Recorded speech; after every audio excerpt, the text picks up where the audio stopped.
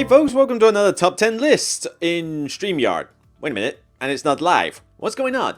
Well, as some of you may know, I spent pretty much the entirety of last week visiting parents and folks up north. So big family get together, all great, sorting out plans for, my brother's wedding and that, and okay. That was a time to basically not do anything blog related, and also to reset my mind before I started my new job as of Monday. So yeah, I've been quite busy lately, and other than a couple of forthcoming collaboration top 10 lists that I will be doing live, including the Boardroom Gamer on Saturday, I kind of run out of time to be able to get some content out, at least to bridge the gap between what I did last week for the Q&A and this Saturday coming. So I figured, you know what, now's a good time to test out a new format for top 10s. Not one that's going to be the norm going forward. I still want to do those pre-recorded ones as I normally do, but if I'm strapped for time, or if it's a top 10 list that isn't as popular as others, like choice-wise, I figured, you know what, why not just use Streamyard? I've got the 1080p resolution, I've got the camera and the microphone and the laptop. All I need to do is share the screen on BoardGameGeek and I'm pretty good. So let me know your thoughts if this format does well for you. But what I'm talking about here is my top 10 games from pre-2010. Because these days it's very much cult of the new, isn't it? Every time a new Kickstarter comes out, it's suddenly buy, hype, money. Do we need to bring up Zombicide much?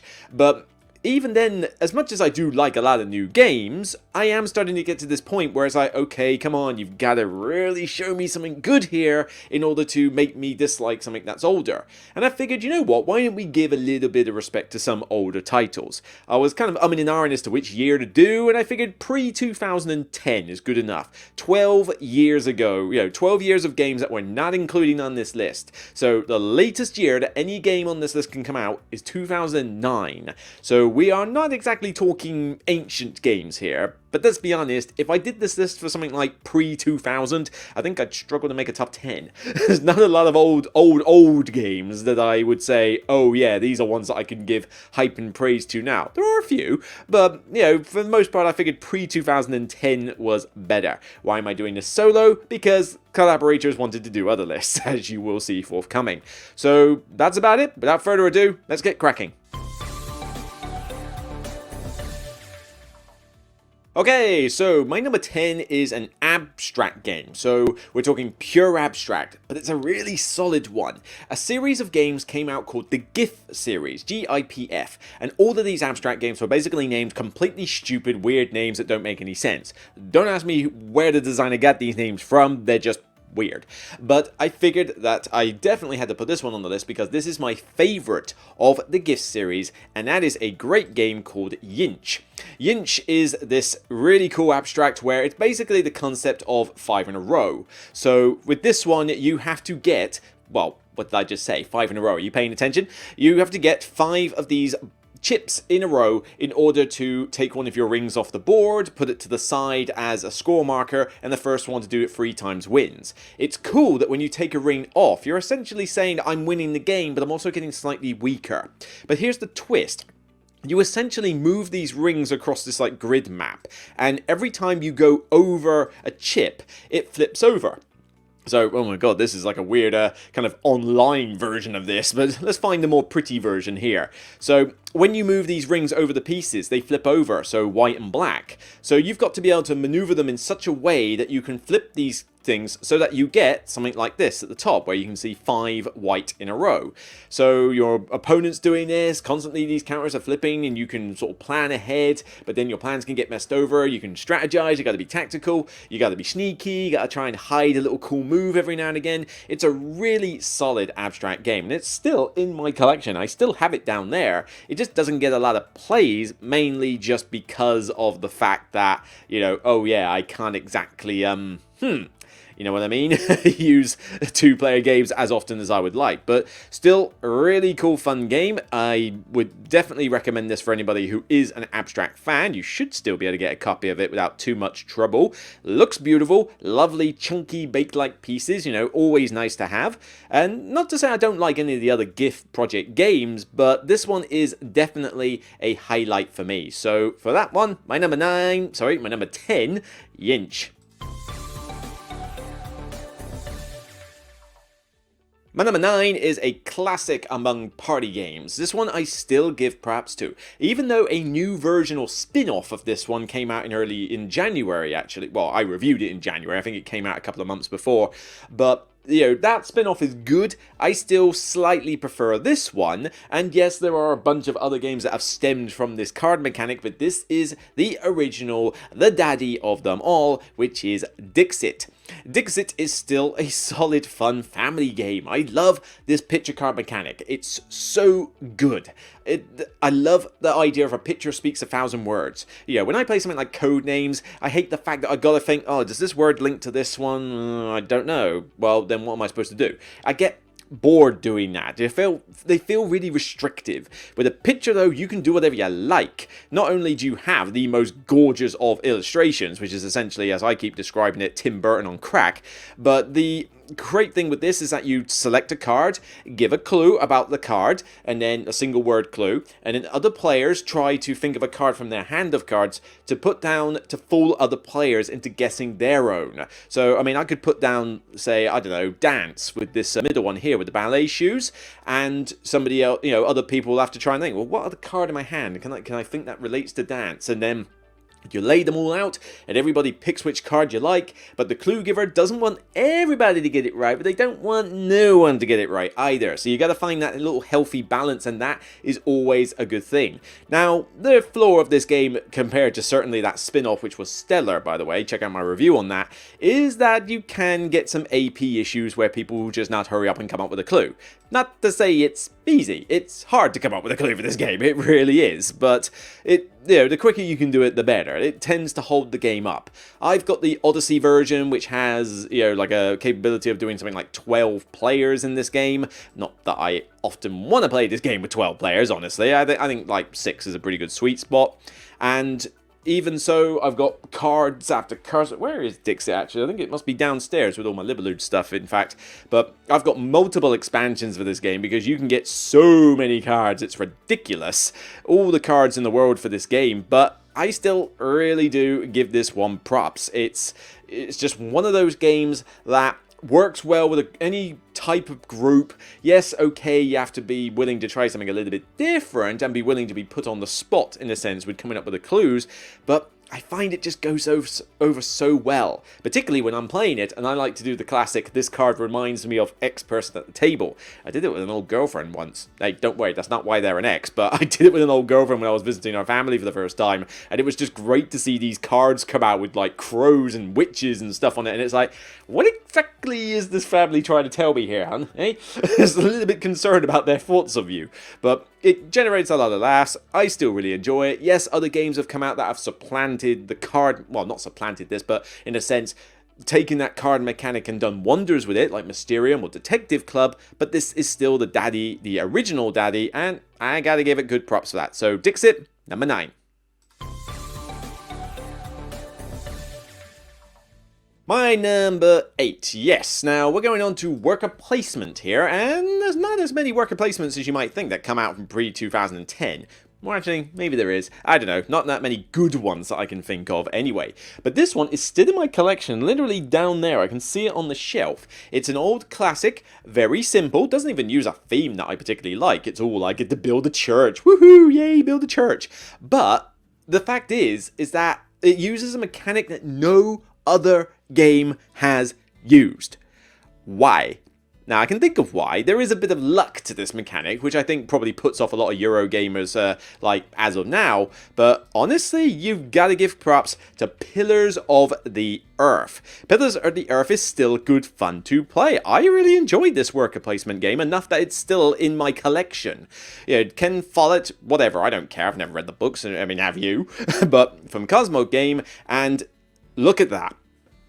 Honestly, there are games that come out today that wish they could look that beautiful. Now, granted, cubes, bleh, but, I use Stonemaier resources to big this game up. But the artwork's decent, the component quality is good, it just screams colour, so much colour, and that is mostly down to Michael Menzel, who can literally do no wrong when he illustrates a game board. Anytime a board has Michael Menzel as the name tag for the artist, you bet I'm in there.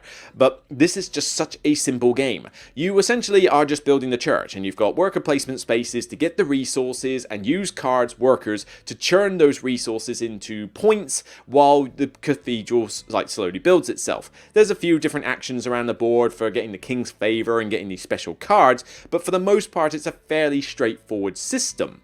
But here's the cool little twist. You have these master builders, these master builder pawns, and you draw them out of a bag at the start of a round. So you've got this timer track here.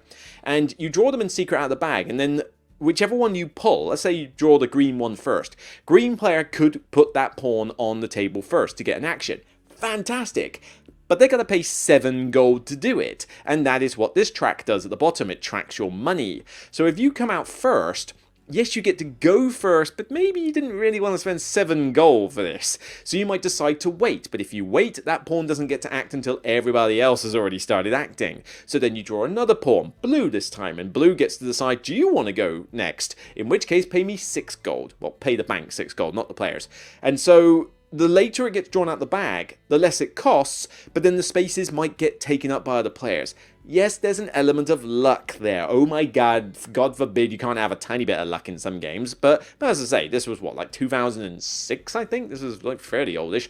This mechanic is probably dated by now, but still, I would like to see that in another light game. Find me another light worker placement game, or change the genre. I mean, we've done it with trick-taking lately. Why don't we find another genre to use that mechanic for? An action selection game where you've got that drawing out of the bag and it costs more, but you get to go first type thing. It's really cool in this game. I think it works really solidly.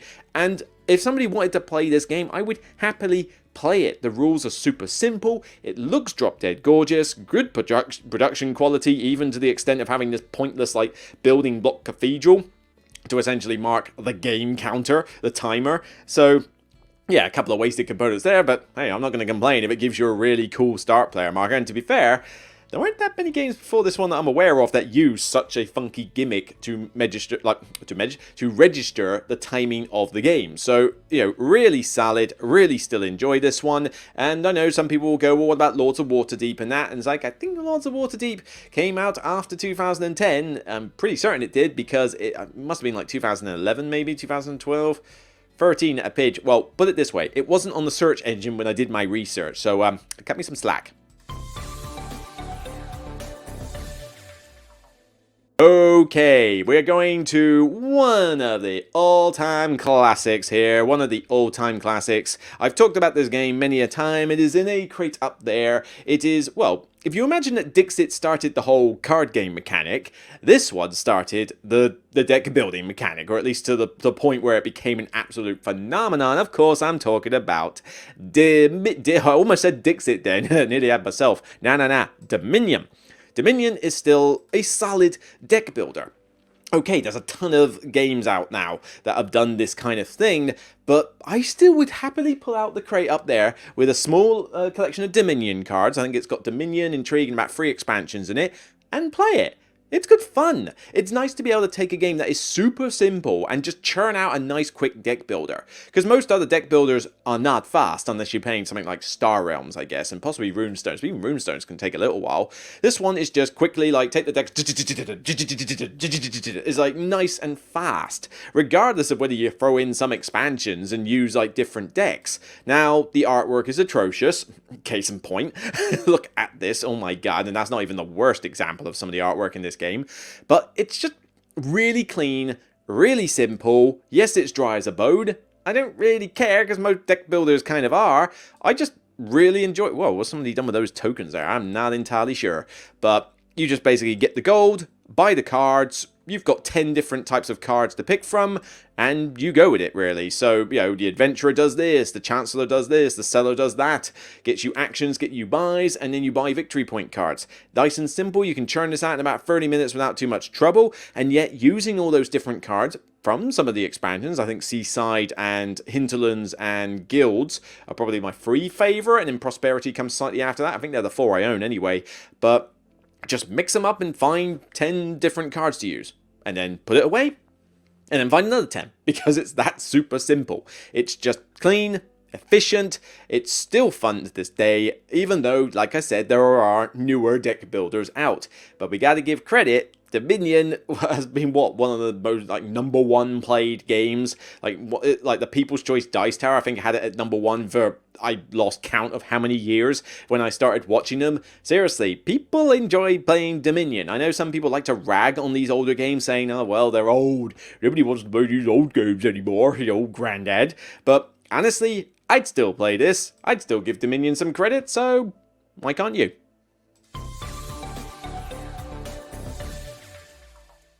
Alright, oh yeah, big, Euro game. Well, is it a Euro game? Yeah, it is technically a Oh, no, actually, this would kind of be a bit of a Merifrashy, actually. Alright, don't worry. You've got a cool game coming up here. This is a little bit of a sub-story, though, because, sadly, we may never get this reprinted. Or if it is, I don't think it will ever be anywhere near the same as it once was. In fact, it's already... Well, actually, come to think of it, it already came out as a pseudo-reprint. It was re-implemented into, I think, Cthulhu Wars. But you gotta give props. Who didn't like Chaos in the Old World? Chaos in the Old World was such a cool Euro game, wasn't it? I mean, Euro Amerifrashy one. You essentially, you had to fight each other off worlds. That is the weirdest looking Skaven I have ever seen, but kudos to the person who did that.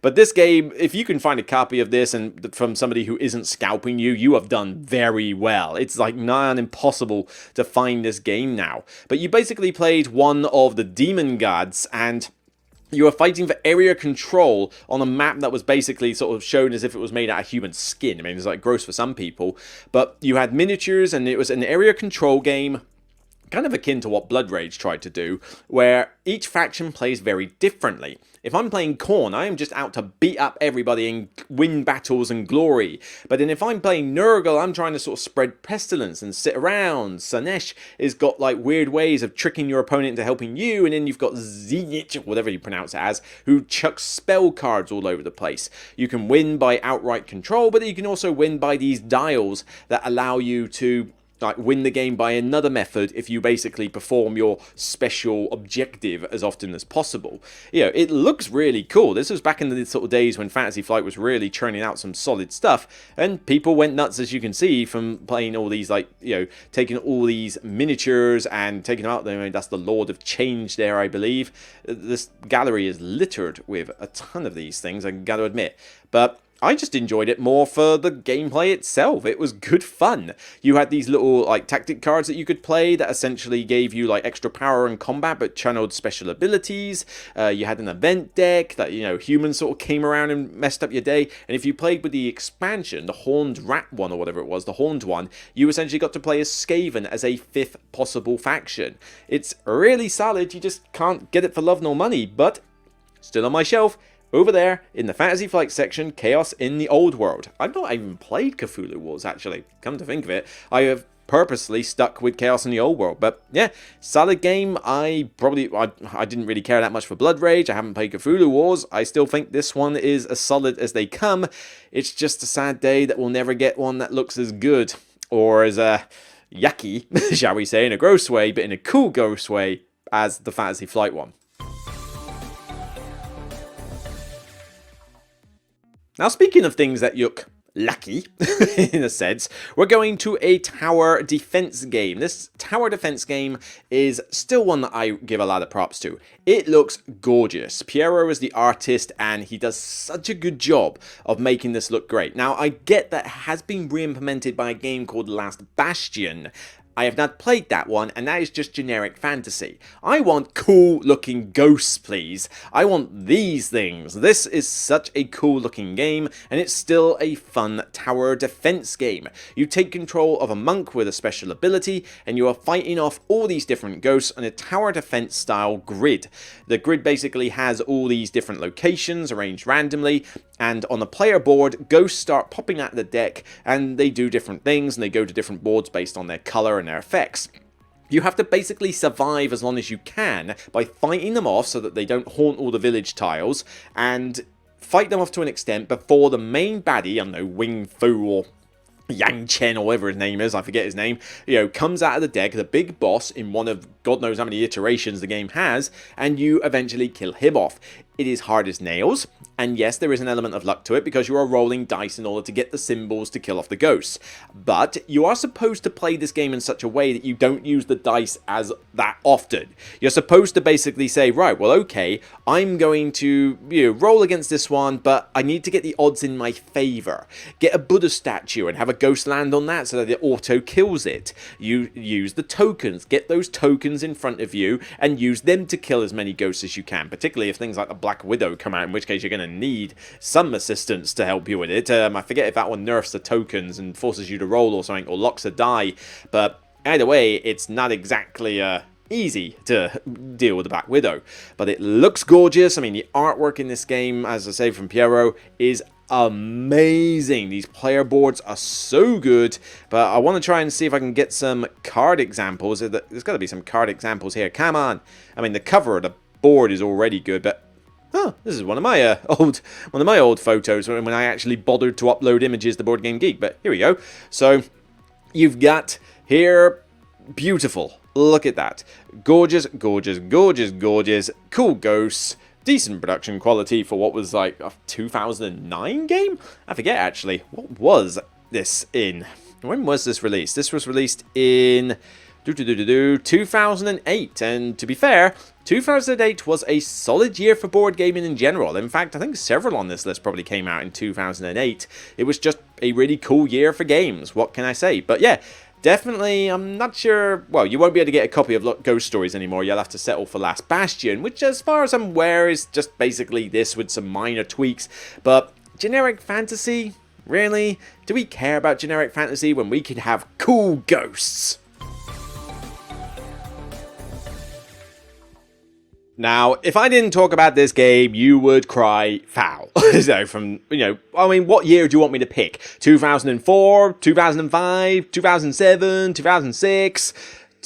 Pretty much I can pick any year and, anything before 2010, and I guarantee you a version of this game or an expansion came out because, of course, it is the ever popular Ticket to Ride. Pick a version, honestly. Ticket to Ride, well, except for Rails and Sails. That came out in 2016, so that doesn't count.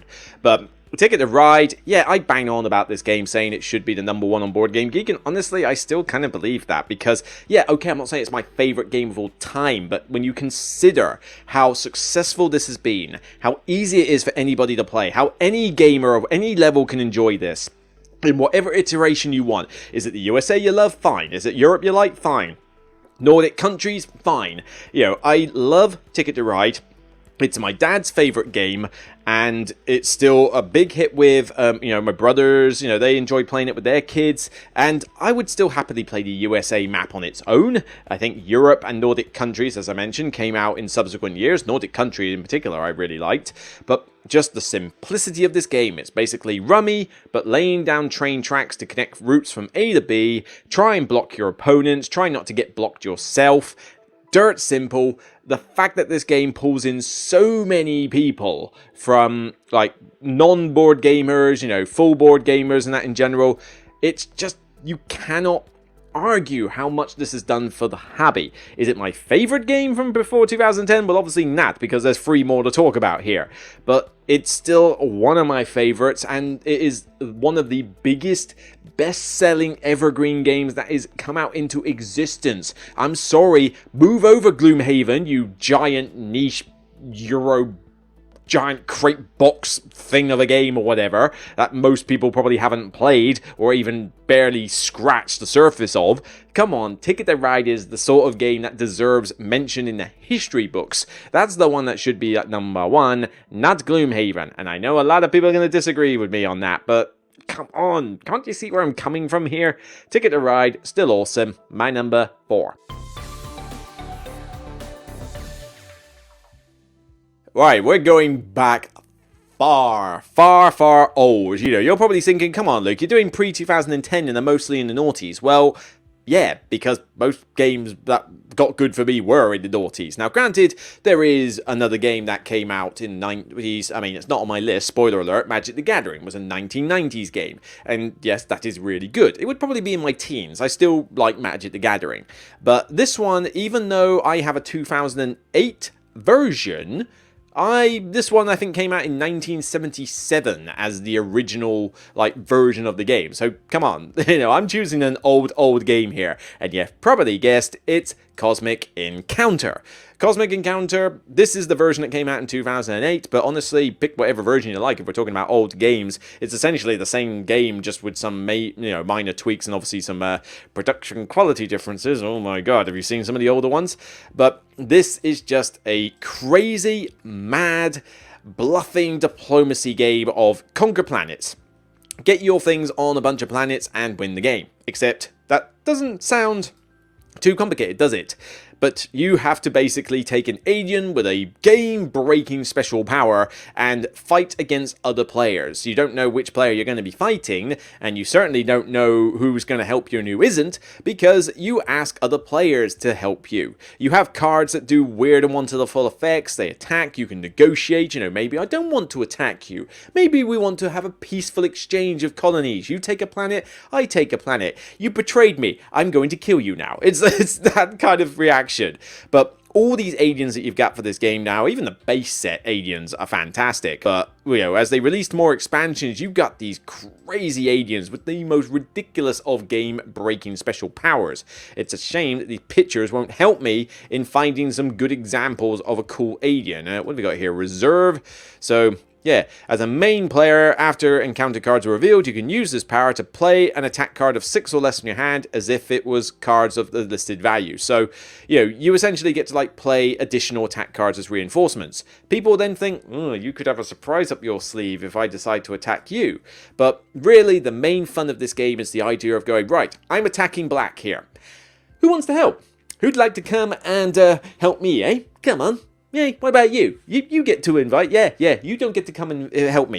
You're not helping me on this. I'm not letting you have a colony. And so it just generates so much banter between players. It generates so much laughter. The game, the rules, as I mentioned, with these aliens are game-breaking powers. It's one of those cool interactive games that hasn't hit the table in a while, I must admit. I really think it probably needs to come out a little bit more often. Usually I tend to save it for conventions or big groups, but yeah, I still really like it. 2008, my version, I think this is the same version, so Fantasy Flight's fun, but honestly, for something to come out in the 70s and be this mad and this fun, gotta give props to it. It's come down a little bit for me. It used to be pretty high in my top 100, and now it's maybe sort of on the way down, mainly just because it doesn't get as many plays as I thought. But I still really get a kick out of this when it goes well. A little fragile, but some great memories of board games have come from Cosmic Encounter. Okie doke, 2 more to go, and I bet you nobody was expecting this one to turn up on my list, although if you were, give yourself a biscuit. Although you better get yourself that biscuit before the dogs get in and nick it first. Yeah, if that wasn't enough of a clue, or a horrible segue, put it that way, then I don't know what is. My number 2 is a racing game, super simple, super smooth, but man do I find this great fun. Snowtails! Snowtails is still really good fun. In fact, when did it come out? I need to double check this. When did it come out? 2008. Yeah, what can I say? 2008 was just a fantastic year for games, I think. Probably one of the best.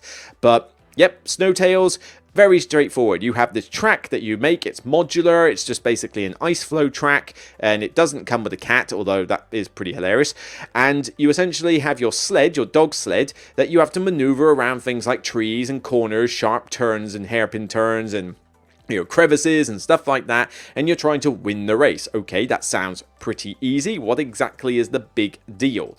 Well, the big deal is this. Now, that's a different looking sled. Let me try and find an example of, whatever, we'll use this. So here you have your sled. I think they've got some different artwork on this version. There must be another edition. But essentially you play these cards from your hand. You have a hand of 5 and they have values from 1 to 5. You have 2 dogs on the front and you have the break. And the idea is that on your turn you must play at least 1 card from your hand. You could play 2 or 3 and replace cards that are on this sled of yours. The speed that you travel is the 2 numbers in front for the dogs the 2 dogs at the front added together, subtract the break card, the one at the back. And so that is your resultant speed, and that's how far you move. And you can move left and right as your heart's content. But the problem is, if your dogs aren't in sync, I mean, this one's got 2 dogs with a value of 3 here, that's all well and good. But if they are even slightly off, they start to drift, whether or not you like it or not. In fact, I'm slightly wrong. You don't get to move left and right at your heart's content. You move in a straight line. But these rows here, you can see that you have to drift a little bit to get around some of these corners, and there's definitely like areas where if you stay on the outside track you will crash and damage your sled and have less kind of shall we say leeway to do what you like. But the classic thing of just having like your dogs drift from left to right, that's really thematic because your dogs aren't always going to be in parallel sync. But it's funny when you've got these cards and you watch people like, well, I can't put my dogs in sync, so I'm going to have to drift a little bit, but I'm going to go fast. So here we go. Here's a 5 and a 2 and then a 1 on my brake. So I'm going pretty fast, but it's insane. It's great fun. Very simple. Works for gateway gamers. You know, granted, I probably wouldn't play this with heavy gamers. They'd probably want something a little bit more involved, or maybe they'd prefer something like Downforce. But, you know, it's great that you can create all these tracks. You got the little trees, which is nice. It's very straightforward. The rules are not complicated, but, you know, I can teach this in like barely a minute. It's that simple. But, you know, if you want it to come complete with a giant cat, you're more than welcome, you know, attacking the poor little doggies. But yeah, still great fun. Don't know why these people have got like a weird drawn out track. I guess they must have print and played some like addition. Actually, that looks pretty cool. Oh yeah, I mean, so you go there, you come and loop the loop and come back, and then you go up another track.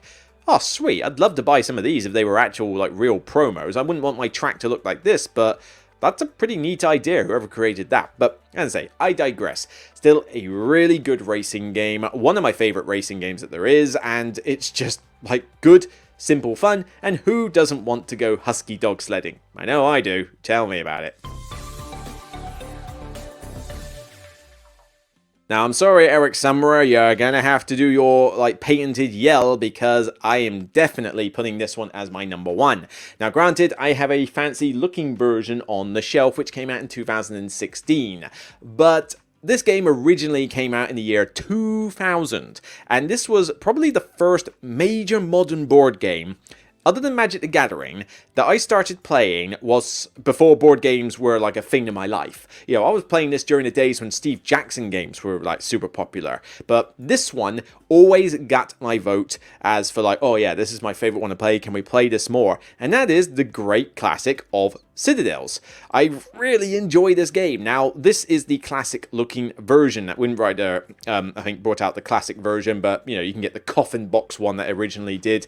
And it uses the old artwork in this particular case, but in fact, this was the one I had. It wasn't called Citadeller, you know, it wasn't the same language, but this was the cover I had. So I had this edition. I used to play my friends all the time, and it's just such a classic game. This role selection game where you pick from, yeah, oddball magician there, but the idea that and to be fair, after a while, it came with an expansion built in, so you got more characters. So that was always really cool. Come on, let's find a good picture for this game. Why is Board Game Geek not helping me at the moment with this? This will do. No, actually, that won't do. Here we go. Yes, you just have to put up with the fact that it's a different language.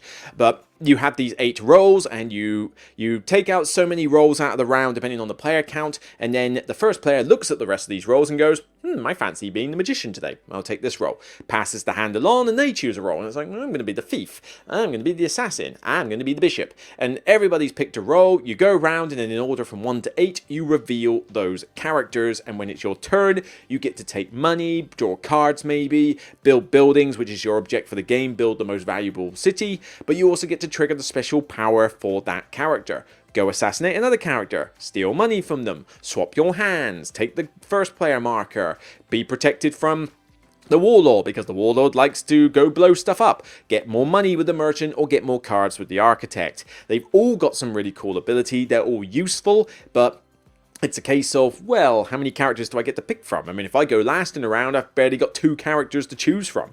Do I want to? I didn't really want to be the bishop or the merchant. Well, which one shall I be now? And then you've also got the fear of the assassin and the thief constantly sort of going, which, hang on, they're in play. Oh god, who are they going to murder? Are they probably going to think that I'm the architect? Maybe I should go for a different one. I don't know. And then somebody murders whichever character you picked, and you still want to kill them. But that's something you got to put up with. Occasionally, you got to miss a turn for the assassin, and sometimes your money gets nicked when the thief's out there. But then if you're hoarding a ton of money, you kind of have to expect that the thief is going to come your way. You just got to deal with it. But I love this. And yes, you might think, well, hang on a minute, you've got the 2016 version with all the great artwork and that. I'm still fine with the 2000 artwork here. I mean, it's not amazing, but it's still colourful and it still looks cool. The classic version is still a very cheap game to get. I mean, if you don't want to pay for the... I don't even know what these weird editions are. Oh my god, what on earth are these? But, if you don't want to play for the big new edition, then you can, I think, still get the classic version. That looks really cool. Actually, to be fair, this artwork looks really good. I don't know what this edition is, but well. But yeah, get the new version, the 2016 version, which I think you can get in a smaller box now, lucky for you. Or just get like the classic version if you can find it. Either way, it's still fantastic. I love the game. Citadel's my #1 favorite game pre-2010. Whew. It was a little bit weird trying to do it in this format, but hopefully it wasn't too bad for you guys. If you're thinking about other games that I didn't mention, well, there were a few that I had on the shortlist, actually, and I'm thinking, oh god, a lot of these I rank in 8. What ones am I going to do? Some of you are probably going, Luke, how dare you, how dare you, how dare you not put Lord of the Rings, the War of the Ring on there. Well, War of the Ring is good. Ish. I mean, I don't know. The problem is, I haven't played it enough. War of the Ring is so far a 7 for me, and that's only after 1 play, because that's the only time I've had to play this wretched game. I've got it downstairs, I had to learn the rules from scratch, that was difficult, and play it with a friend of mine who also didn't necessarily know the rules, so it was quite a slow game. I'm not even sure we finished it properly, but it was fun. But there's like the weird political track, and then it's very difficult to know exactly how you're supposed to do well with either side. I mean, I can't imagine the horrors that somebody like inexperienced would have going up against somebody who knows what they're doing. But it is wonderfully thematic, and it is a cool game. It's just I kind of need to play it some more, and honestly, I'm not entirely certain when I'm going to get to play it anymore, because it's a lot of investment in time, 2.5 to 3 hours to play a 2-player only game. This is problematic for me when I have to deal with stuff like this. It's not easy for me to get these games to the table. Cleopatra and the Society of Architects was another one I considered, and I do like this one. I think I still own the Days of Wonder version as opposed to the new one, because the new one, as much as it did have a couple of rules tweaks I did like, it was such a faff to get out of that box. The production quality had some issues, and I think it was just nicer to keep the original Days of Wonder version, which isn't exactly bad production quality, but it was just easier to get it out. Still love the corruption mechanic in this though. I want to see it in more games. The idea that you can get a little bit of nice cool stuff, but if you go too far you're going to automatically lose. I really enjoy that aspect, but yeah, just not top 10 material. Of course, as much as I bang on about it, I had to think of Catan 1995. Just didn't make the top 10. It would have easily probably been like, somewhere in the 11 to 15 category. I still give Catan some credit. I would still happily play this game if somebody wanted to play it at the moment, particularly if it had some of the extra rules that it's got. So where is my Catan, actually? Come to think of it. Yeah, where is my Catan? Well, I've got it somewhere. That's confusing me. Where did I put Catan? I don't know, it seems to have disappeared momentarily, or maybe it's right behind me down there and I can't see it, whatever. But I've got it. I've got a couple of expansions for it as well. Seafarers is really cool. The Traders and Barbarians has some cool stuff in it as well. If you want to really go nuts, you can get Cities and Knights for it. But yeah, the original Catan 1995 is still one that is a fun game to play. I know people like to rag on old games, but for something that came out and pretty much like springboarded modern board gaming, you gotta give it some props. I mentioned Magic the Gathering. Again, yep, definitely want to give Magic the Gathering some props, but just didn't make my top 10. I don't play it anymore. 1993, in fact. But I still give it props. I would happily play a game of Magic if somebody just had some dual decks to play, but I am not going to get into this like deck building thing. I'm not taking a CCG ever again. This whole buying random boosters is such a dated thing, but everybody's still mad about it. Just give me a couple of commander decks, a couple of dual decks, and I would gladly want to pull this game out and play it. And then there was a couple of other little mini ones like Biblios, the nice cool little filler, Telestrations, really great party game with the sort of drawing Chinese whispers, and even Tigris and Euphrates I considered. That could have been a possible 11 to 15, where you had the Euro game of placing the tiles Knizia style and get the victory points, but you scored the lowest of the categories of victory points you could get. Really cool tile laying game. I just think it's kind of been supplanted slightly by Yellow and Yangst, which is the sort of pretty much 1.5 really of Tigris and Euphrates. It just uses hexes and tweaks a few rules. But, Tigris is still a solid game. In fact, I played it about a month ago, actually. A friend of mine had it and we played it and I still enjoyed it. So, yeah, it's a solid game. Just wouldn't make my top 10. So, yeah, that was kind of weird trying to do this like StreamYard format. Obviously stare at the camera and do this. But I wanted to get some extra content out for you. Otherwise, you would have had to wait since, like last Tuesday all the way to this Saturday before you got any new content on the show. I figured I'd try this out. So let me know your thoughts. Is this a cool way to do some quick content? Because now all I got to do is download the video that I've done, make some tweaks for like pauses or like, extra overlays, like obviously showing the overlays for the games and doing the intro and that.